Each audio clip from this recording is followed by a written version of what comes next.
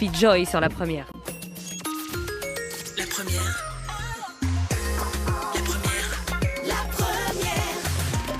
La première.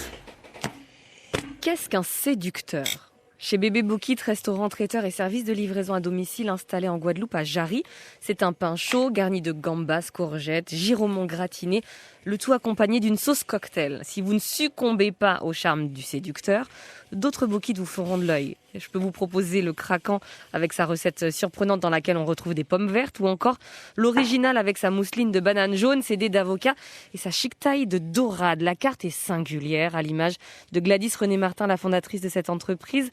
Une femme qui s'est cherchée, études en comptabilité, transport, en sciences de l'éducation, mais aussi en conciergerie de luxe. Elle n'a pas perdu son temps parce que de cette errance, et je mets des guillemets à ce mot, est née la businesswoman qui sommeillait en elle.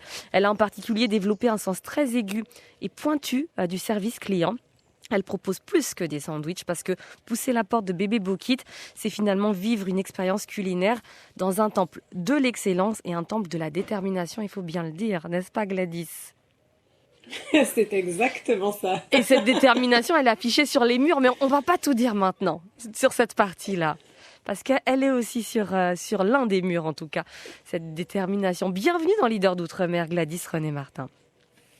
Merci Céline. Alors Gladys, tu as exercé, j'y ai fait allusion à différents métiers. Tu dis ne jamais t'être sentie vraiment tout à fait bien dans un cadre salarial. Maintenant, tu es chef d'entreprise depuis 8 ans. Comment est-ce que tu te sens dans ces chaussures-là ? Je dirais que c'est pas facile tous les jours, mais que je remettrai jamais un pied en arrière.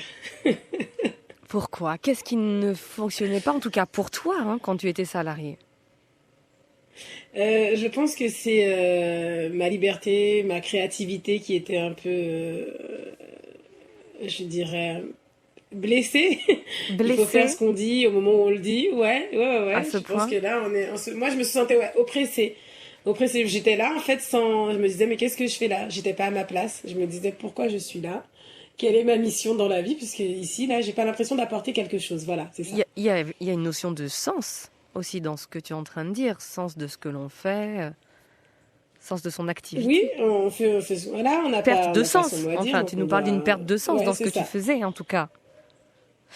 Tu n'as pas toujours réussi à être en phase donc avec cette activité salariée. Aujourd'hui, en tant que chef d'entreprise et donc chef d'équipe, à quoi es-tu attentive particulièrement dans l'environnement et dans les conditions de travail aussi de tes collaborateurs ? Est-ce que tu as un regard un Mais du peu coup, ça m'a attentif là-dessus ?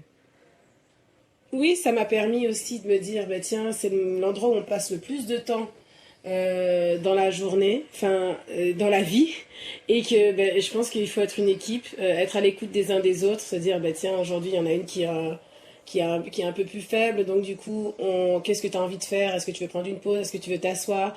Est-ce que tu veux prendre ta journée? Parce que quelqu'un, pour moi, un salarié qui est défaillant, c'est pas intéressant, puisque